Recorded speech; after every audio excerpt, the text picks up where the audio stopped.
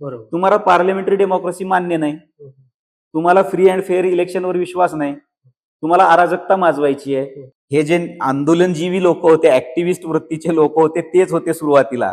आणि नाम रहेगा अल्लाह का अशा प्रकारचे गाणे वाजायला लागले. आंदोलन हे भरकटलं. त्यामुळे हे ढोंगी लोक आहेत, त्याच्यात काही तथ्य नाहीये.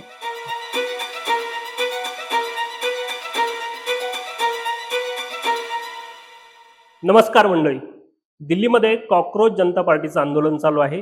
देशभरामध्ये अनेक ठिकाणी विविध संघटनांनीही नीटच्या परीक्षेसंदर्भात आंदोलनं केले.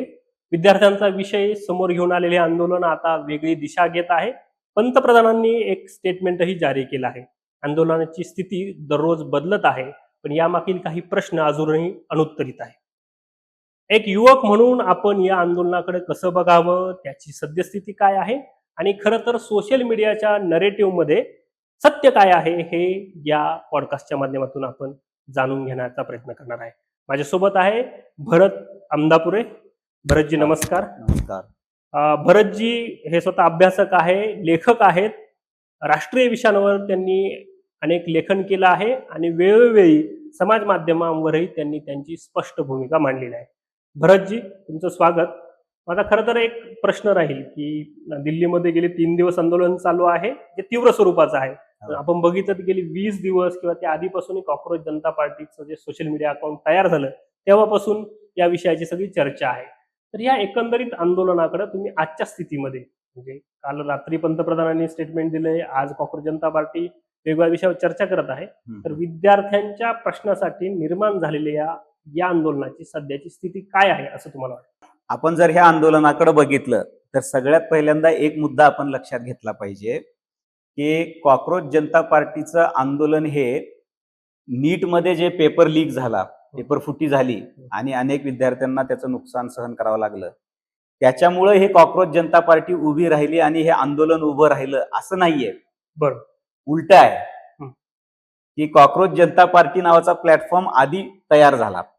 त्याचं एक कारण ठरलं असं की सर्वोच्च न्यायालयाचे सरन्यायाधीश त्यांनी एक वक्तव्य केलं की सर्वोच्च न्यायालयात ज्या वेगवेगळ्या याचिका येतात त्याच्यामध्ये अनेक याचिका त्याच्यामध्ये काही ठाम असा मुद्दाच नसतो. तर त्यांना उद्देशून त्यांनी एक वक्तव्य केलं की हे पॅरासाइट्स आहेत लोक, त्यांना काही कामधंदा नाही, असंच ऍक्टिव्हिस्ट बनतात आणि आमचाही वेळ खातात, त्यांचाही वेळ वाया घालवतात, तर हे कॉकरोच आहेत असं त्यांनी वक्तव्य केलं. तो शब्द घेऊन अभिजित दिपके नावाच्या तरुणांनी तो प्लॅटफॉर्म तयार केला, सीजेपी, आणि त्याला जवळपास 2 कोटी फॉलोअर्स मिळाले. आता तेव्हा हा नीटचा मुद्दा नव्हताच, ती एक सरन्यायाधीशांनी केलेली टिप्पणी, त्याच्यावरून बनलेला प्लॅटफॉर्म. त्यांना एखादा असा मुद्दा हवाच होता की जे सोशल मीडियातून ग्राउंडवर ते येऊ शकतील. आणि त्याच्यात नीटची पेपर फुटी झाली, काही विद्यार्थ्यांना दुर्दैवी आत्महत्या करावी लागली. त्यामुळे त्यांना तो नेमका मुद्दा मिळाला आणि त्यांनी घोषित केलं की आता हा नीटचा मुद्दा आपण उचलूया, आणि जंतर मंतरला ते काय आंदोलन वगैरे सुरू झालं. आता हे आंदोलन सुरू झालं, मुद्दा जेन्युइन होता, कारण पेपर फुटी झालीच होती, काही विद्यार्थ्यांनी आत्महत्या केलीच होती. वर्षानुवर्ष विद्यार्थी तयारी करतात, पालक लाखो रुपये खर्च करतात, एक आशा लावून बसलेले असतात, त्यांच्या स्वप्नावर पाणी फेरलं गेलं. त्यामुळे मुद्दा जेन्युइन होता. आंदोलन सुरुवातीला रेस्ट्रिक्टेड होतं, म्हणजे फार ते व्यापक झालं नव्हतं, कारण सरकारने लगेच नीटची परीक्षा घोषित केली होती पुन्हा. त्यामुळे काही बरेच विद्यार्थी त्याच्या अभ्यासाला लागले, कारण आंदोलनामध्ये आपण अडकलो तर इकडे परीक्षा जाईल आणि आपला परफॉर्मन्स पुअर होईल, म्हणून ते विद्यार्थी मोठ्या संख्येने उतरले नाहीत. हे जे आंदोलनजीवी लोक होते, ऍक्टिव्हिस्ट वृत्तीचे लोक होते, तेच होते सुरुवातीला. आणि आपण बघितलं तर 50-100 लोकांच्या वर ते जातच नव्हतं. पण नंतर त्यामध्ये झाली सोनम वांगचुक यांची एंट्री. त्यांनी उपोषणाला बसलं आणि सुरुवातीलाच घोषित केलं की मी आमरण उपोषण करेन. लाक्षणिक उपोषण नाही, 3 दिवसाचं 4 दिवसाचं वगैरे, आमरण उपोषण. जोपर्यंत आमच्या ह्या मागण्या मान्य होणार नाहीत तोपर्यंत आम्ही आमरण उपोषण करणार. आता सोनम वांगचुक ह्याच्यात का उतरले त्याची एक पार्श्वभूमी आहे. त्यांनी लडाखमध्ये एक आंदोलन केलं होतं. लडाखच्या संदर्भात त्यांच्या काही मागण्या आहेत, त्या मागण्यावर वेगवेगळी मतं आहेत तज्ज्ञांमध्ये देखील, की ते त्यांच्या ज्या लडाखच्या संदर्भातल्या मागण्या आहेत त्या राष्ट्रीय सुरक्षेला आणि एकूणच राष्ट्रीय एकात्मतेला ह्या हानिकारक ठरणाऱ्या आहेत. त्यामुळे ते आंदोलन देखील अयशस्वीच झालं होतं वांगचुकचं. त्यामुळे त्यांचाही सरकार विरोधात कुठेतरी एक रोष त्यांच्या मनात होताच. आणि त्या निमित्ताने त्यांनी ह्या आंदोलनाचं नेतृत्व स्वीकारलं आणि आमरण उपोषणाची घोषणा केली. दिवस गेले, त्यांची तब्येत खालावत चालली. मग आता त्यांनी म्हटलं की मी 2 दिवसच राहू शकेल की काय मला माहिती नाही. डॉक्टरांनी पण हे डेंजर लाईन क्रॉस करायला लागले म्हणून इशारे दिले डॉक्टरांनी. मग ते न्यायालयात गेलं प्रकरण आणि न्यायालयाने मग आदेश केला की त्यांचे प्राण वाचवले पाहिजे, त्यांच्यावर तात्काळ इलाज झाला पाहिजे. मग ते सरकारने त्यांना तिथून हलवलं, हॉस्पिटलमध्ये भरती केलं आणि त्यांच्यावर उपचार सुरू झाले. पण लोकांचा समज असा झाला की आंदोलनकर्त्यांची उचलबांगडी झाली. मनमानी पद्धतीनं आंदोलनकर्त्यांना उचललं. मुळात सोनम वांगचुक ह्यांचं आंदोलन हे उपोषण खूप ताणलं गेलंय. त्यांना मेडिकल ट्रीटमेंटची अत्यंत आता निकडीची गरज आहे. म्हणून शासनाने न्यायालयाच्या आदेशाचं पालन करून त्यांना हॉस्पिटलमध्ये हलवलं. बर, हे मुख्य मुद्दा होता. पण त्यातून जनतेमध्ये एक सहानुभूती निर्माण झाली. आंदोलनाची व्यापकता थोडीशी वाढत गेली. बर. तिथून हे आंदोलन चिघळलं आणि त्यांच्या मागण्या जर बघितल्या तर आपण प्रमुख 3 मागण्या आहेत. एक, शिक्षण मंत्री धर्मेंद्र प्रधान यांनी राजीनामा दिलाच पाहिजे. दुसरी, जे विद्यार्थ्यांनी आपला प्राण गमावलाय, साधारण 20 संख्या काहीतरी आहे, त्यांच्या कुटुंबियांना काहीतरी मिळालं पाहिजे लाभ किंवा मुआवजा. आणि तिसरी मागणी आहे शिक्षणामध्ये काहीतरी रिफॉर्म झाले पाहिजे शैक्षणिक धोरणामध्ये. अशा प्रामुख्याने 3 मागण्या आहेत. तर आता लेटेस्ट बातमीनुसार सोनम वांगचुक यांनी ती धर्मेंद्र प्रधानांच्या राजीनाम्याची मागणी तेवढी सोडलेली आहे. पीडित विद्यार्थ्यांच्या कुटुंबियांना काहीतरी मदत व्हावी आणि शैक्षणिक सुधारणा व्हाव्यात, असं हे त्यांच्या प्रमुख मागण्या आहेत. पण सीजेपीची जी मुख्य टीम आहे, अभिजित दिक्के, त्यांचा तो प्रवक्ता दास किंवा अन्य लोक, त्यांनी आम्ही या राजीनाम्याच्या मागणीवर ठाम आहोत अशी भूमिका घेतलेली आहे. आता हे वर्तमान स्थिती आहे आंदोलनाची. तुम्ही खरं वर्तमान स्थिती समजून सांगितली. पण एक प्रश्न अनुत्तरित राहतो की बऱ्याचदा म्हणजे आंदोलनाची घोषणा झाली, स्वतः सोनम वांगचुक आंदोलनामध्ये बसले, सरकारला एवढे 20 दिवस खरंच लागले का त्यांच्या आंदोलनाच्या मागण्यांची दखल घ्यायला? ते कितपत योग्य आहे? कारण लोकशाहीमध्ये आंदोलन करणं हा नागरिकांचा अधिकार आहे आणि स्वतःच्या न्याय मागण्यांसाठी त्यांनी ते आंदोलन केलं होतं. आता ह्याच्या मुळाशी गेलं तर आपल्याला असं दिसतं की पेपर फुटी हा नव्यानंच झालेला विषय आहे असं नाहीये. की मागचे जर तुम्ही बघितला रेकॉर्ड तर अनेकदा पेपर फुटी होती. आता ताजं उदाहरण पंजाबमध्ये पेपर फुटी झाली, फार्मसीच्या काहीतरी नोकरीच्या भरतीमध्ये वगैरे. राजस्थानमध्ये अनेक वेळा पेपर फुटी झालेली आहे काँग्रेसच्या काळामध्ये. पेपर फुटी आपल्या देशामध्ये होतीच, तो भ्रष्टाचार होताच आहेच, पण त्याच्यावर इतकं मोठं आंदोलन होण्याची ही पहिलीच वेळ आहे. असं राष्ट्रीय स्तरावर पेपर फुटीमुळे एवढं मोठं आंदोलन उभं राहिलंय असं पूर्वी कधी झालं नाही. पण पेपर फुटी नवीन नाहीये, म्हणून कदाचित सरकारमधल्या लोकांना वाटलं असेल की हा मुद्दा इतका मोठा नाही किंवा इतका मोठा होऊ शकणार नाही. त्यामुळे त्यांनी सुरुवातीला ह्याच्याकडे दुर्लक्षच केलं. आपण जे पेपर फुटीला दोषी असणारे लोक आहेत त्यांना उचलून जेलमध्ये टाकलं. त्यांच्यावर जी काही न्यायालयीन कारवाई चालू आहे ती होईल आणि त्यांना शिक्षा होईल आणि हा विषय संपेल अशी धारणा होती. आणि ती चुकीची ठरली, कारण जनतेमध्ये ह्याचा रोष होताच. त्याला आंदोलनकर्त्यांनी एक चॅनलाइज केलं आणि जे सरकारने सुरुवातीला एक संवादाचं चॅनल ओपन करायला पाहिजे होतं, बरोबर, ते झालं नाही. आणि लोकांची पण अशी भावना बनत चालली होती की संवाद का करत नाही सरकारच्या वतीनं कुणीच. बरोबर, एखादा तरी मंत्री, म्हणजे अगदी गृहमंत्री किंवा पंतप्रधानांच्या लेवलच्या व्यक्ती नाही, पण सरकारमधली अन्य एखादी मंत्री कोणीतरी संवादाचं चॅनल ओपन केलं पाहिजे अशी भावना होती. अगदी भाजप समर्थकांची सुद्धा ही भावना होती. बरोबर, पण ते होत नव्हतं. ती एक कोंडी निर्माण झाली होती. ते व्हायला हवं होतं खरं तर. कदाचित आंदोलन हे इतकं पण चिघळलं नसतं. बरोबर, पण ते झालं नाही, दुर्लक्ष झालं. आणि मग ते 20 तारखेला जे काही आपण बघितलं, सगळा धिंगाणा वगैरे झाला, लाठीचार्ज झाला, तिकडून पोलिसांवर हल्ले झाले, ते सगळं टळू शकलं असतं तर सुरुवातीलाच जर चर्चेचं चॅनल ओपन केलं असतं तर. बरोबर. याला एक दुसरी पण बाजू बऱ्याचदा सांगितली जाते. आंदोलनाची ही एक जरी बाजू असली तरी आपण बघितलं का अण्णांच्या आंदोलनानंतर हे खरं तर खूप मोठं आंदोलन देश पातळीवर झालं आणि विशेषतः युवकांचं तसं बघितलं तर 2000 नंतरचं गेल्या 25 वर्षातलं हे सगळ्यात मोठं आंदोलन म्हणावं लागेल. यात दुसरा अँगल असा होता की यामध्ये सोशल मीडियाचा एक मोठ्या प्रमाणावर वापर झाला. आणि तिसरं असं बोललं जातंय हे आंदोलन केवळ विद्यार्थी किंवा शैक्षणिक हिताशी निगडीत नाहीये, तर या आंदोलनाला मागे एक वेगवेगळ्या शक्ती जे सरकार विरोधी किंवा एकंदरीत सरकारच्या विचारधारेविरोधी ऍक्टिव्ह आहे असे सगळेजण त्यामध्ये आले आणि ते मोठ्या प्रमाणावर उतरले. तर खरं तर हे आंदोलन अशा वेगवेगळ्या स्पेक्ट्रम मध्ये बघायचं ठरलं तर त्याचं सामान्य माणसाने काय अनालिसिस करून घ्यावं? आता अण्णाचं आंदोलन आपण सगळ्यांनी बघितलंय, आपण त्याचा भागी होतो. अण्णाचं आंदोलन भ्रष्टाचाराच्या विरोधातलं त्याची ह्या आंदोलनाशी तुलना होऊ शकत नाही. बर, त्या आंदोलनाची व्यापकता खूपच मोठी होती. बरोबर, राष्ट्रव्यापी आंदोलन झालं होतं ते. प्रत्येक किमान तालुक्याच्या स्तरावर सुद्धा कॅन्डल मार्च निघत होते. इंडिया अगेन्स्ट करप्शनच्या बॅनर खाली मोठ्या प्रमाणात लोक रस्त्यावर उतरत होते. ते जनतेतून उत्स्फूर्त आलेलं आंदोलन होतं. कारण त्याच्या मागे पार्श्वभूमी तशी होती.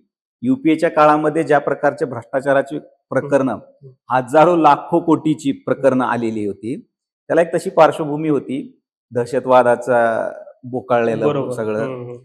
तर तसं नाहीये हे आंदोलन. आता सोशल मीडिया वाढलाय त्यामुळे जंतर मंतरवरचं आंदोलन देखील फार राष्ट्रव्यापी झाले का असं एक परसेप्शन क्रिएट होतं. बरोबर, पण व्यापकतेच्या मुद्द्यावर बघितलं तर अण्णाचं आंदोलन हे फारच पुढचं होतं. हे आंदोलन त्याच्या तुलनेत काहीच नाहीये. आता दुसरं तुम्ही म्हटलं की वेगवेगळ्या लोकांनी ह्या आंदोलनामध्ये एंट्री घेतली. सुरुवात मुद्दा जेन्युइन होता आणि अक्रॉस ऑल पार्टी सपोर्टर्स सगळ्यांची ह्या मुद्द्याला सहानुभूती होती सुरुवातीला. पण ओव्हर द पिरियड काय झालं, ह्याच्यामध्ये ज्या प्रकारच्या लोकांनी एंट्री मारली आपण बघितलं तर तिथं अरुंधती रॉय नावाची एक डावी आणि जिच्या भूमिका ह्या फार विवादास्पद आहेत की काश्मीर हा भारताचा भाग नाही, पाकिस्तानला दिला पाहिजे वगैरे, ती बाई तिथे दिसली. दुसरं योगेंद्र यादव नावाचे एक असेच आंदोलनजीवी आहेत, कायम अशाच भूमिका घेत राहतात जे राष्ट्रवादाला, राष्ट्रीय एकात्मतेला हानिकारक ठरतील, त्यांची तिथे दिसली एंट्री. परत एक काश्मीरचा नेता तिथे दिसला जो म्हणत होता की काश्मीरला पुन्हा एकदा 370 कलम लागू केलं पाहिजे. त्यामुळं हे जे लोक आहेत ह्यांचा नीट एक्झाम किंवा नीट पेपर लीक ह्याच्याशी काही संबंध राहिला नव्हता. उलट त्याच्यामध्ये अँटी हिंदू फोर्सेस आले. ते कुणाल कामरा नावाचा एक कॉमेडियन तिथं आला आणि म्हणला ते सीता के पती, नीता के पती वगैरे ते काहीतरी कोटी करण्याचा प्रयत्न केला आणि नाम रहेगा अल्लाह का अशा प्रकारचे गाणे वाजायला लागले. भारत अगर माँ है तो बाप कोण है अशा प्रकारचे उपहासात्मक टिप्पण्या व्हायला लागले. ह्यामुळं काय झालं की जो नॅशनलिस्ट आणि हिंदुत्ववादी वर्ग आहे तो त्याची सहानुभूती आंदोलनापासून दूर गेली की अरे हे वेगळीच लोक हे दिसत आहेत सगळी. नीट पेपर लीक, विद्यार्थ्यांचं हित हे राहिलं बाजूला. त्याच्यात जम्मू काश्मीरला 370 लावा, ते उमर खालिदला सोडा, शरफजील इमामला इस्माईल काय त्याला सोडा, परत हे सीता के पती, भारत माँ है तो बाप कोण है, हे काही चालू झालं. नाम रहेगा अल्लाह का, जेंडरचे विषय, एलजीबीटीचे विषय त्याच्यामध्ये. म्हणजे आंदोलन हे भरकटलं आणि ज्याला आजकाल म्हटलं जातं अर्बन नक्षल, तुकडे तुकडे गँग, इस्लामो लेफ्टिस्ट गँग, हे सगळे त्या आंदोलनाला हायजॅक करतायत किंवा त्याचा चेहरा बनू पाहतायत असं चित्र निर्माण झालं. त्यामुळं मग समर्थकामध्ये देखील पोलरायझेशन झालं की मुद्दा आम्हाला मान्य आहे नीट पेपर लीकचा, बरोबर, पण जे लोक ह्याच्यामध्ये एंट्री घेतलेत आणि जे आपले हेतू साधू इच्छित आहेत त्यांना आम्हाला विरोध आहे, आमचा त्यांना विरोध आहे असं झालं. त्यामुळं त्याचं आंदोलनकर्त्यांनाही नुकसान झालेलंच आहे नाही म्हटलं तरी. त्यामुळं हे आंदोलन मुद्दा भरकटला. आणि तिसरं म्हणजे तुम्ही काय विचारलं होतं, आता या आंदोलनाचे जे वेगळे स्पेक्ट्रम बघायचे ठरले सामान्य माणूस म्हणून आम्ही ते कसं समजून घ्यावं, म्हणजे अशा आंदोलनाला एक तर सपोर्ट करायला हवा का? आता बऱ्याचदा मुद्दा जेन्युइन असतो पण त्यात सहभागी असलेले लोक आपापला राजकीय अजेंडा पुढे ढकलतात. तर तो यात आता हे आंदोलन तसं बघितलं तर असंघटित आहे आणि नेतृत्वहीन आहे. एक सुसंघटित, हे कोणत्या दिशेनं गेलं पाहिजे, त्याचं नेतृत्व कोण करेल, तिथे काय प्रकारे संबोधित करण्यात येईल, ह्याचं काहीही नियोजन नाही. म्हणजे असेच लोक गोळा होत आहेत आणि ज्याला जे वाटेल ते तिथे बोलतायत. त्यामुळे ह्याला दिशा नाही आणि नेतृत्वही नाही. त्यामुळं हे आंदोलन भरकटतंय. आणि दुसरं म्हणजे आता नीट पेपर लीक आहे, त्याच्या विरोधात आवाज उठवण्याचा प्रत्येकाला अधिकार आहे. काय काय चॅनल्स अवेलेबल आहेत? एकतर सभागृहामध्ये विरोधी पक्षातले लोक मुद्दा उठवू शकतात, बरोबर. इथे चर्चा घडवून आणू शकतात. हम्म.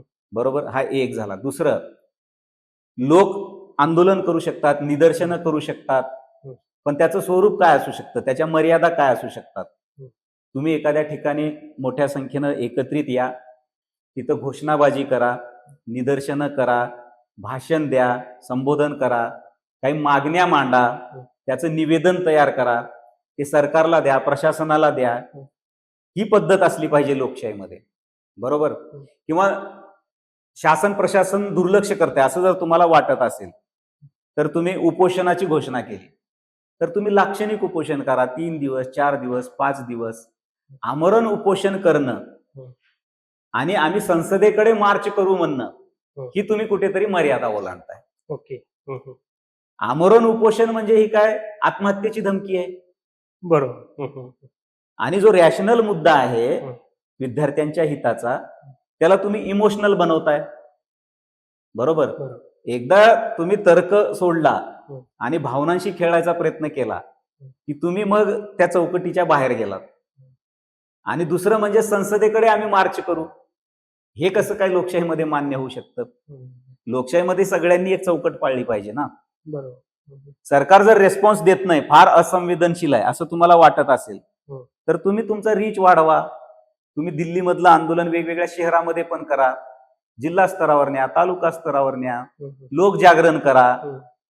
पण आमरण उपोषण म्हणजेच आत्महत्येची धमकी देणं हे संविधानिक लोकशाहीमध्ये बसू शकत नाही. आणि संसदेकडे मार्च करणं हे पण संसदीय लोकशाहीमध्ये बसत नाही.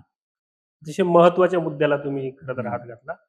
या आंदोलनाच्या पाठीमागे 2-3 पार्श्वभूमी अशाही सांगितल्या जातात की जेनजी हा वर्ल्ड किंवा हा शब्द या काळात सगळा कॉइन झाला आणि आपण बघितलं असं श्रीलंकेमध्ये, बांगलादेशमध्ये किंवा अगदी आता नेपाळमध्ये जेनजीच्या स्वरूपात छोट्या छोट्या विषयांवर सुरू झालेलं आंदोलन पुढे सत्ता बदल किंवा अक्षरशः राष्ट्राध्यक्षांना देश सोडून पळून जावं लागलं अशा सिच्युएशन सगळ्या घडलेल्या आहे. तर त्या प्रमाणात त्याच सारखं आंदोलन भारतामध्ये होऊ घातलं होतं का? कारण 20 तारखेचा तुम्ही उल्लेख केला. 20 तारखेला अतिशय मोठ्या प्रमाणावर पोलीस आणि आंदोलकांमध्ये झटापटी झाल्या आणि त्याचे वेगवेगळे नरेटिव्ह समाजामध्ये पसरत आहे. नक्की हा तो प्रकार होता का आणि तुमचं आकलन काय? ज्याप्रमाणे बांगलादेशात किंवा नेपाळमध्ये झालं एक अराजकता, तशा पद्धतीनं भारतात करावं असे स्वप्न बघणारी लोक भारतामध्ये आहेतच, तशा शक्ती आहेतच.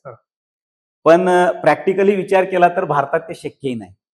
कारण आपला देश इतका मोठा आहे, इतक्या विविधतेनं नटलेला आहे आणि इतकं प्रदेश सुद्धा, भौगोलिक प्रदेश सुद्धा इतका मोठा आहे की तशा प्रकारची अराजकता देशव्यापी स्तरावर निर्माण होणं हे शक्यच नाही. आपल्या देशात कितीही मोठं आंदोलन म्हटलं तरी काश्मीर टू कन्याकुमारी आणि गुजरात पासून आसाम पर्यंत कधी पसरत नाही. कितीही देशव्यापी झालं तरी 3-4 राज्यांच्या पुढे जात नाही. त्यामुळं नेपाळ होणं किंवा बांगलादेश होणं हे भारतात शक्यच नाही, पहिला मुद्दा. दुसरा, पण तसं व्हावं अशी इच्छा बाळगणारे लोक आहेत, ते बोलूनही दाखवतात. तो योगेंद्र यादव तर स्पष्ट बोललाच की आता लोकशाहीचा लढा हा संसदेतून किंवा इलेक्शनच्या माध्यमातून लढला जाणार नाही, तो रस्त्यावरून लढला जाणार, रेजिस्टन्सच्या माध्यमातून. ह्याचा अर्थ काय? तुम्हाला पार्लमेंटरी डेमोक्रेसी मान्य नाही, तुम्हाला फ्री अँड फेअर इलेक्शनवर विश्वास नाही, तुम्हाला अराजकता माजवायची आहे, तसे इच्छा बाळगणारे लोक आहेत. आणि त्यांची घुसखोरी ह्या आंदोलनामध्ये झाल्यामुळंच ह्या आंदोलनातला पाठिंबा एका मोठ्या वर्गानं जो राष्ट्रवादी आहे त्यांनी ह्याचा पाठिंबा काढून घेतलेला आहे. आंदोलनावर प्रश्नचिन्ह निर्माण झालेत त्यांच्यामुळंच. तसं ते करू इच्छितात पण तसं होणार नाही, आपल्या देशात ते शक्यच नाही. आणि दुसरा मुद्दा असा आहे, काय झालंय मागच्या 12-1 वर्षामध्ये जे भाजपचं सरकार आहे त्याच्या विरोधातलं राजकारण फार यशस्वी होऊ शकलेलं नाहीये. प्रमुख आंदोलनं कुठली झाली? शाहीनबाग आंदोलन झालं सीएए कायद्याच्या विरोधात, दुसरं किसान आंदोलन झालं कृषी कायद्याच्या विरोधात, आता हे तिसरं नीट एक्झाम पेपर लीकच्या ह्याच्या विषयात. तर सबस्टॅन्शियल जिथं जनतेचा सरकारवरून आता विश्वासच उडालाय आणि आता मोठं राजकीय परिवर्तन होणार आहे, अशा प्रकारचं यश कुठल्याही आंदोलनात आलेलं नाही. त्यामुळे हे सगळे सरकार विरोधी जे लोक आहेत ते फ्रस्ट्रेट झालेले आहेत. बर. केवळ राजकीय विरोधक नाही, वैचारिक विरोधक देखील, विशेषतः जे कडवे डावे वर्ग आहेत आणि ज्या इस्लामी शक्ती आहेत त्यांच्यामध्ये खूप मोठं नैराश्य आलेलं आहे. त्यांना आता काहीही करून सरकारच्या विरोधात एक मोठं असं काहीतरी कांड करायचं फार त्यांची प्रबळ इच्छा आहे. बर. पण ते काय होताना दिसत नाहीये. मग ते ह्या आंदोलनात घुसता येईल का, त्या आंदोलनात घुसता येईल का, त्याला काही वेगळं रंग देता येईल का, असा ते प्रयत्न करतायत. ह्या आंदोलनाचंही तेच झालेलं आहे.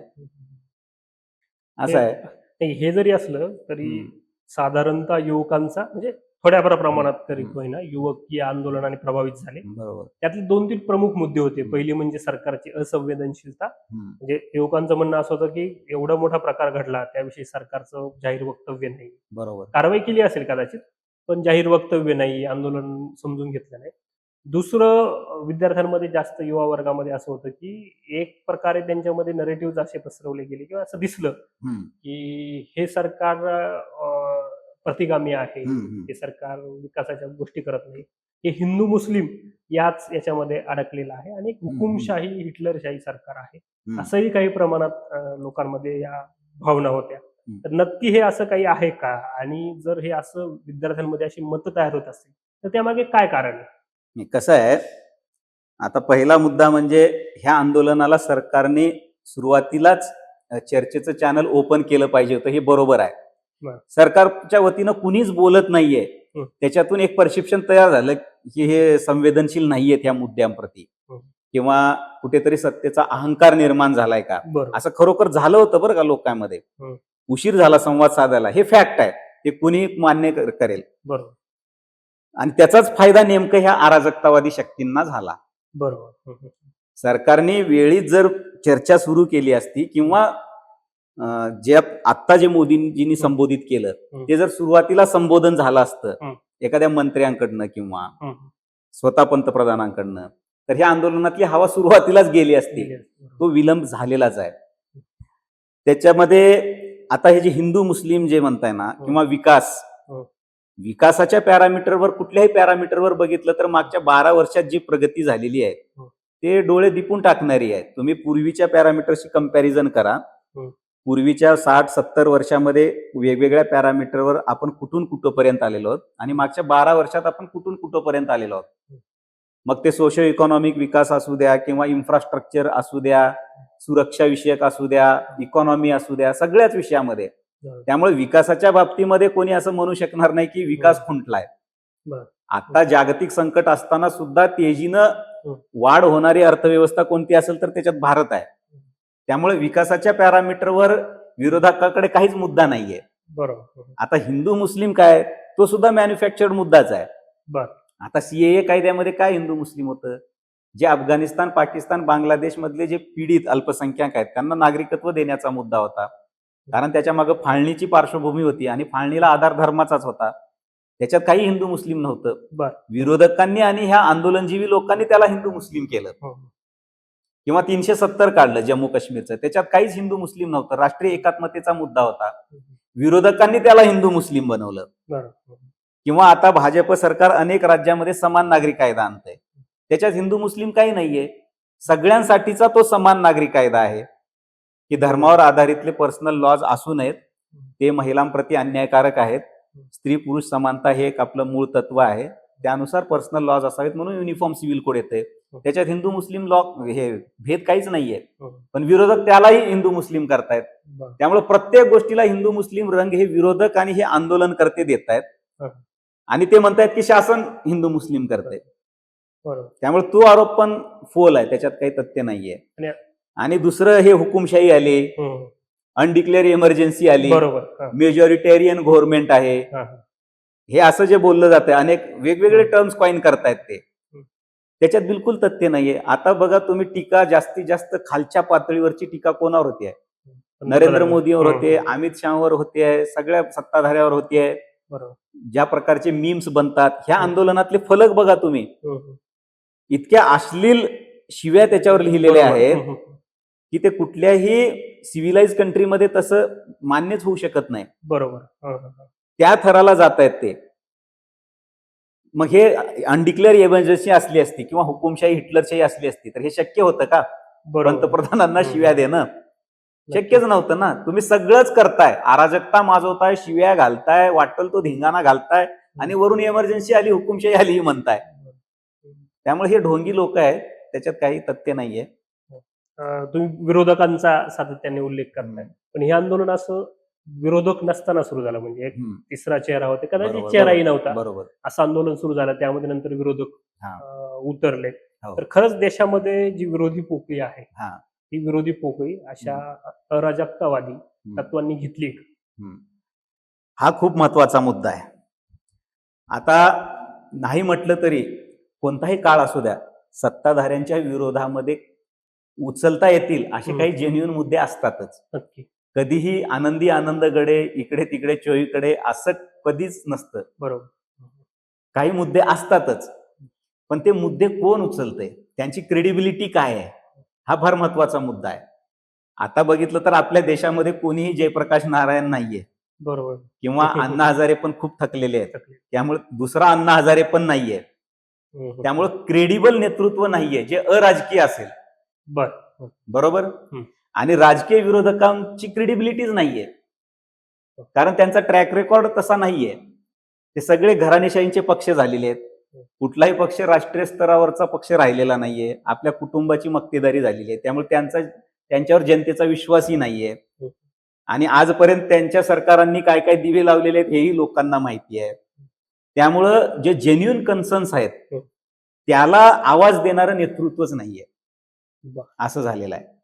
आता हे जे कॉक्रोच आंदोलन सुरू झालं, अभिजित दिपके, तशी तुलनेनं त्याची पाठी कोरी होती, पण त्याची क्रेडिबिलिटी नाही ना. काही असं मोठं काहीतरी अचीव्ह केलंय, बरोबर, असं नाहीये ना. तो एकतर तो तरुण आहे सोशल मीडियामधून तो, आणि सोशल मीडियामध्ये पूर्वीचं बॅगेज थोडंफार असतं की अँटी हिंदुत्व, अँटी नॅशनॅलिझम किंवा प्रो आम आदमी पार्टीचं त्यांनी प्रत्यक्ष कामच केलेलं आहे, किंवा 370ला विरोध असेल, राम मंदिरला विरोध असेल, हे त्याच्या टाइमलाईन वरून ते दिसतं. त्यामुळेही एका वर्गामध्ये त्याच्याबद्दल सहानुभूती राहत नाही. मग त्यामुळे नेतृत्व जेन्युइन आणि क्रेडिबल मिळत नाहीये आजकाल. हा एक सगळ्यात मोठा मुद्दा आहे. आणि त्याच्यामध्ये हे लोक जे वर्षानुवर्ष ज्यांना आंदोलनाचा शौकच निर्माण झालाय, मुद्दा महत्वाचा नाही पण आंदोलन झालं पाहिजे, आंदोलनजीवी ज्यांना मोदीजींनी एक टर्म दिलेली आहे, ते लोक उतरतात सगळीकडे. मग तो सगळा त्याचा फियास्को होऊन जातो. माझा प्रश्न असा आहे की अशी स्थिती असणं संविधानिक लोकशाहीसाठी घातक आहे का? कारण उद्या असं सोशल मीडियावर कॅम्पेन करून तरुणांची मन भटकवून देशात अराजकता निर्माण करण्याची शक्यता आहे. बरोबर आहे. तेच आपल्याला दिसून यायला लागलंय आजकाल की नेतृत्व जेन्युइन आणि क्रेडिबल नसल्यामुळं अशा लोकांच्या हातामध्ये ते जातं आणि बाकी लोक त्यांच्या भविष्याशी निगडीत असणारा महत्वाचा मुद्दा असतो, त्यामुळे त्याच्यामध्ये ते उतरतात. आणि हे सगळे अराजकतावादी फोर्सेस त्याचा फायदा घेताना दिसत आहेत. दुर्दैवाने तशी परिस्थिती निर्माण झालेली आहे की क्रेडिबल सामाजिक लिडरशिप आता देशामध्ये दिसतच नाहीये. आणि सरकारच्या दृष्टीने विचार केला तर सत्ताधाऱ्यांसाठी ही चांगली स्थिती आहे, कारण विरोधक सगळे विखुरलेले आहेत. बरोबर. ते आता सुद्धा बघा ना, ह्या आंदोलनामध्ये आम आदमी पार्टी आणि काँग्रेसमध्ये स्पर्धा लागली, श्रेयवादाची. बरोबर. राहुल गांधी, प्रियंका गांधी हे सगळे पंतप्रधान मोदीजींच्या घरासमोर आंदोलन करण्याचा प्रयत्न केला. लगेच आम आदमी पार्टीच्या लोकांनी त्याला विरोध केला. त्यामुळे त्याच्यात देखील श्रेयाची लढाई लागलेली आहे. आणि हे सत्ताधाऱ्यांच्या दृष्टीने विचार केला तर त्यांच्या फायद्याची परिस्थिती आहे ना.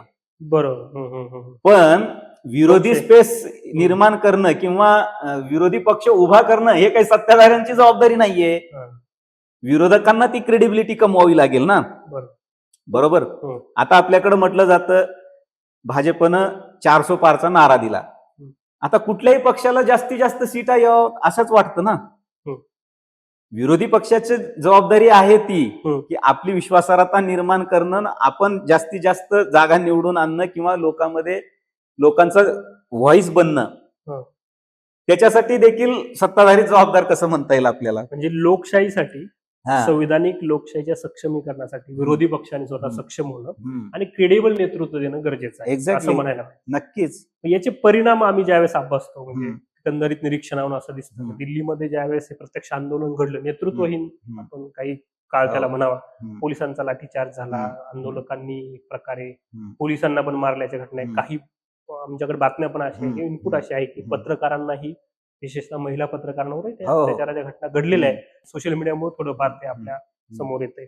तर मग ही जी आंदोलनं आहेत, हम्म. ही आंदोलनं देशाच्या संविधानिक लोकशाहीसाठी घातक आहे का, असं आपल्याला म्हणता येईल का? आणि जर असं असेल हम्म.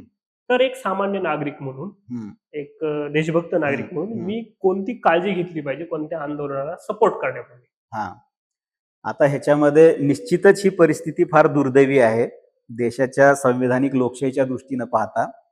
एकतर सभागृहामध्ये देखील क्रेडिबल नेतृत्व नाहीये, म्हणजे पॉलिटिकल नेतृत्व विश्वासार्ह म्हणावं असं नाहीये.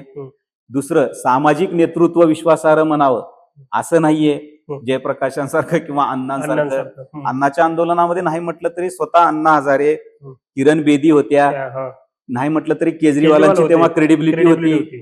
कुठलेही पॉलिटिकल त्यांना रंग नव्हता तेव्हा. मनीष सिसोदिया होते, त्यांनी दिल्लीच्या वस्ती भागामध्ये चांगलं काम केलं होतं. एक विश्वसनीयता होते. कुमार विश्वास सारखा माणूस होता, एक टीम होती. आता सामाजिक नेतृत्वामध्येही पोकळी आहे, राजकीय नेतृत्वातही पोकळी आहे, विरोधी स्पेसमध्ये. त्यामुळे ती दुर्दैवी अशीच परिस्थिती आहे. आणि हे असं सामाजिक किंवा राजकीय नेतृत्व ओव्हर द नाईट निर्माण होत नसतंय, त्याला काळ लागत असतो ना. बरोबर, रात्रीतून असं रेडीमेड नेतृत्व तयार होत नसतंय. पण तो पेच आता तसा निर्माण झालेला आहे. आता ती विरोधकांचीच जबाबदारी आहे, विश्वसनीयता निर्माण करणं, तसं नेतृत्व समोर आणणं. तो एक मुद्दा झाला. आता नागरिक म्हणून आपण काय काळजी घ्यावी?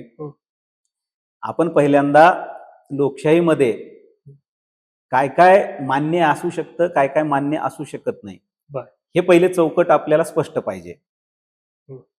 बरोबर. आणि आंदोलन करायचं तर ते त्याचं स्वरूप काय असलं पाहिजे, ते लेजिटिमेट कुठंपर्यंत असू शकतं हे देखील समजून घेतलं पाहिजे.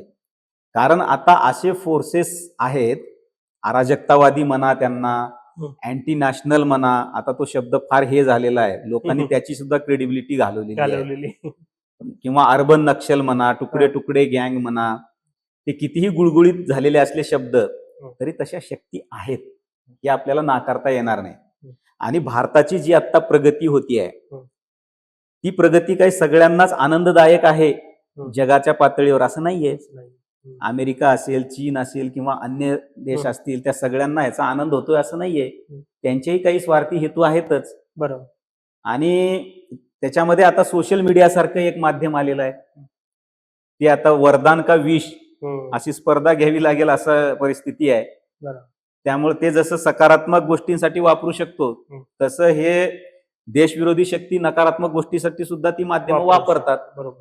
आणि आपल्या समोर येणारी माहिती हे एक पर्स्पेक्टिव्ह असतो, त्याला 10 वेगवेगळे पर्स्पेक्टिव्ह असतात प्रत्येक गोष्टीला. बरोबर. आता ह्या आंदोलनाकडे आपण एका पर्स्पेक्टिव्हनं बघतोय, बरोबर, अजून अन्य लोक त्याला वेगळ्या पर्स्पेक्टिव्हनं बघतील. त्यामुळं सजग नागरिकांनी एक सगळे पर्स्पेक्टिव्हनं त्याचा सर्वांगीण विचार केला पाहिजे आणि आपल्या विवेक बुद्धीनं एका निष्कर्षाप्रत आलं पाहिजे.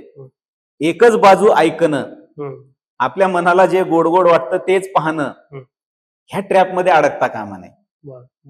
2-3 प्रकारचे व्हॉइसेस आपण लक्षात घेतले पाहिजेत आणि आपण ठरवलं पाहिजे की ह्याच्यात नेमकं सत्याच्या जवळ जाणारी भूमिका काय असू शकते. आता हे नागरिकांवर जबाबदारी वाढलेली आहे. बरोबर. कारण इन्फॉर्मेशन बंबार्डिंग इतक्या मोठ्या प्रमाणात होतंय की प्रत्येक जण तुमचं माइंड कॅप्चर करण्याचा प्रयत्न करतोय. त्यामुळे वेगवेगळे पर्स्पेक्टिव्ह लक्षात घेऊन आणि आपली एक फ्रेमवर्क ठरवली पाहिजे. आपली फ्रेमवर्क काय? National unity and integrity. बरोबर. संविधानाच्या उद्देशिकेमध्ये एक्झॅक्टली प्रिअम्बल मध्ये त्या सगळ्या व्हॅल्यूज आलेल्या आहेत. राष्ट्राची एकता आणि अखंडता, दुसरं म्हणजे लोकशाही, विचार आणि अभिव्यक्तीचं स्वातंत्र्य, बंधुता आहे, सामाजिक तेढ निर्माण होणार नाही आणि अनार्की ही परिस्थिती निर्माण होणार नाही, अराजकता. डॉक्टर बाबासाहेब आंबेडकरांनी सांगितलेलं आहे. आता आपण संविधानिक लोकशाहीचा स्वीकार केलाय, आंदोलनं तुम्ही करू शकता पण अनार्की माजवू शकत नाही. आपले हे जे आंदोलनं आहेत ना, आमरण उपोषण किंवा हिंसाचार, हायवे अडवणे, टायर जाळणे, सार्वजनिक संपत्तीचं नुकसान करणे, हे दुसरं तिसरं काही नसून हे अराजकतेचं व्याकरण आहे असं डॉक्टर बाबासाहेब आंबेडकर म्हणतात. आणि ह्याच्यापासून आपण सावध राहिलं पाहिजे. तुम्ही जनजागरण करा. आता सोपं झालंय, तुम्ही घरात बसून तुमची भूमिका मांडू मांडू शकता आणि ते शकता. लाखो लोकांपर्यंत जाऊ शकते. पोहोचू पूर्वी शकते. तसंही नव्हतं. बरोबर. त्यामुळे प्लॅटफॉर्म सगळे उपलब्ध आहेत, सगळे आयुध सगळ्यांकडे आहेत, पण स्वतःची एक चौकट ठरवून घ्यायची आणि वेगवेगळे पर्स्पेक्टिव्ह लक्षात घेऊन आपल्या विवेकबुद्धीनं आपली भूमिका ठरवायची. हे जबाबदार नागरिकांचं आता महत्वाचं कर्तव्य आहे. कर्तव्य ठरेलच. हे आंदोलन चालू असताना किंवा या आंदोलनाची जी तो काळ आहे किंवा जी परिस्थिती आहे त्यावरून बऱ्याचदा असं बोललं जातंय, म्हटलं पण जातंय की संसदेमध्ये काही महत्वाचे मसुदे येणार आहेत ज्यावर हा. चर्चा होणार आहे. यांची काय पार्श्वभूमी आहे का ज्यामध्ये परदेशी फंडिंग बद्दल बोललं जातंय किंवा निश्चितच महिला आरक्षण विधेयकासंदर्भातही चर्चा केली जाते. 100% याची काय पार्श्वभूमी आहे का? 100%. आता FCRA हा जो कायदा आहे हा. की एनजीओजला जे फॉरेन फंडिंग होतं हा. त्याच्यावर कंट्रोल आणण्यासाठी किंवा त्यामध्ये पारदर्शकता आणण्यासाठी म्हणून कायदा येऊ घातलेला आहे. बरं. आता त्या कायद्यानं अनेक घटक अस्वस्थ झालेले आहेत. विशेषतः ख्रिश्चन मिशनरीज आणि एक्स्ट्रीम लेफ्ट असलेल्या ज्या ऑर्गनायझेशन आहेत, ज्यांना विदेशातून हा, त्यांचे जे हेतू आहेत त्यामुळे त्यांना त्या बाधा पोहोचणार आहे. त्यामुळे ते एक लॉबी याच्या मागे सक्रिय आहे की ह्या सरकारला आपण कसं हे करता येईल. इथपर्यंत की त्या लोकांनी डोनाल्ड ट्रम्पकडे देखील तक्रार केलेली आहे बरं की त्यांनी सुद्धा हा मुद्दा घेतला पाहिजे म्हणून. पाहिजे. म्हणजे त्यांचे लागेबांधे बघा तुम्ही. पण हा एक मुद्दा आहे FCRAचा. त्या माध्यमातून ख्रिश्चन मिशनरीज आणि कडव्या डाव्या संघटनांचं फंडिंग ह्याच्यावर त्यांना वाटतं की गदा येईल. बरं. आणि सरकार म्हणतंय हे तुम्ही फंड कुठून येतो आणि कसा खर्च होतोय ह्याच्यात बरोबर. पारदर्शकता आली पाहिजे. वारेमाप पैसा येतोय आणि तो कसा खर्च होतोय, देशाच्या विरोधात होतोय का देश हितासाठी होतोय हे तरी कळलं पाहिजे ना. त्यामुळे तो कायदा येऊ घातलाय. त्यामुळे अनेक घटक नाराज आहेत. ती एक ह्याच्या मागे आहेच. दुसरं डिलिमिटेशन आणि महिला आरक्षणाचा कायदा आहे, त्या संदर्भात देखील ते होऊ नये अशी इच्छा असणारे अनेक घटक आहेत. त्यामुळं ती पार्श्वभूमी नक्कीच आहे. पण ह्याच्यात व्हायला काय लागलंय की विद्यार्थ्यांचा जो जेन्युइन प्रश्न आहे, आता नागरिक कन्फ्युज व्हायला लागलेले आहेत की आंदोलनामध्ये विद्यार्थ्यांचा प्रश्न म्हणून उतरावं तर ह्याचं नेतृत्व हे अँटी नॅशनल फोर्सेस दिसायला लागलेले आहेत. काय करावं आणि उतरलं नाही तर विद्यार्थ्यांचाही प्रश्न जेन्युइन आहेच की, अशी घालमेल एक दुविधेत अडकले. नागरिकांमध्ये व्हायला लागलेली आहे. ते आहेतच. आणि दुसरा महत्वाचा मुद्दा असा आहे की विरोधक जे आहेत ना त्यांना शॉर्टकट पाहिजे. आता त्यांना मेहनत घ्यायची तयारी नाहीये. तुम्हाला जर सत्ता परिवर्तन करायचं असेल तर तुम्हाला जनतेत जावं लागतं. बरोबर. लोक जागरण करावं लागतं, तुमचे मुद्दे पटवून द्यावे लागतील. पण त्यांना ही मेहनत घ्यायला नको आहे, तेवढा वेळ नाही त्यांच्याकडे. शॉर्टकट मॅगी टाईप सत्ता परिवर्तन पाहिजे तर कोणाचीही मदत घ्या. ते तुकडे तुकडे गँग असतील, अर्बन नक्षल असतील, इस्लामिस्ट शक्ती असतील, अनार्किस्ट शक्ती असतील, कोणाच्याही खांद्यावर स्वार व्हा अशी वृत्ती विरोधकांची दिसून येते. पण लोकशाहीमध्ये असा शॉर्टकट काम करत नाही. आणि धोरण हे संसदेतच ठरवावं लागतं. तुम्ही रस्त्यावर कितीही अराजक माजवा, त्यानं काही होणार नाही. ते देशाच्या हितात नाहीये. आणि पराभूत लोक देशाचं धोरण ठरवू शकत नाहीत. हो बरोबर. धोरण कोण ठरवणार? ज्यांना जनतेचा कौल मिळालेला आहे ते लोक धोरण ठरवणार ना. तुम्ही पराभूत झालात, बरोबर. एखाद्या धोरणामध्ये तुम्हाला त्रुटी दिसत असतील तर सभागृहामध्ये तुम्ही मांडा. सभागृहामध्ये ऐकत नाहीत आणि आमचा मुद्दा फारच जेन्युइन आहे असं वाटत असेल तर कोर्टात जा. कोर्ट काय निर्णय देतं बघा. तेही नाही तर लोक जागरण करा आणि जे संविधानाच्या चौकटीत बसतात अशी आंदोलनं करा. आणि शेवटी सगळ्यांनाच लोकांच्या कोर्टात जायचंच आहे की 5 वर्षांना, त्याची वाट बघा. तुम्ही ते न करता आत्महत्येची धमकी देणं किंवा संसदेवर मार्च काढणं असं तुम्ही करू शकत नाही. पण दुर्दैवानं इरेस्पॉन्सिबल विरोधक असल्यामुळं त्यांना शॉर्टकट हवंय. आता ही एक दुर्दैवी परिस्थिती आहे. पण लोकांनी हे समजून घेतलं पाहिजे की आपली मूळ फ्रेमवर्क संविधानाची, लोकशाहीची, राष्ट्राच्या एकता आणि एकात्मतेची ही पक्की असली पाहिजे.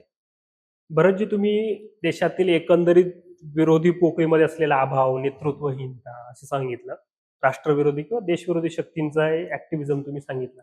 पण हे सगळं चालू असताना किंवा हे आंदोलन मोठं होत असताना सरकारचे काही फेल्युअर्स नाही का, म्हणजे हम्म. संवाद साधण्यापासून असेल किंवा सरकारकडे इंटेलिजन्स पण असेल, बरोबर. आणि एवढी अराजकता माजवली गेली, हम्म, त्यानंतरही कोणत्या प्रकारची कारवाई झाली नाही, हम्म, आणि सरकारला खरंच एवढा वेळ लागला की एक हम्म. एवढी मोठी दिल्लीमध्ये एवढी हम्म. मोठी घटना घडावी, बरोबर. कदाचित त्यामध्ये काही आंदोलनकर्त्यांना मारहाण झाली, बरोबर. हे लाठीचार्ज करायची वेळ येईपर्यंत सरकार का थांबलं?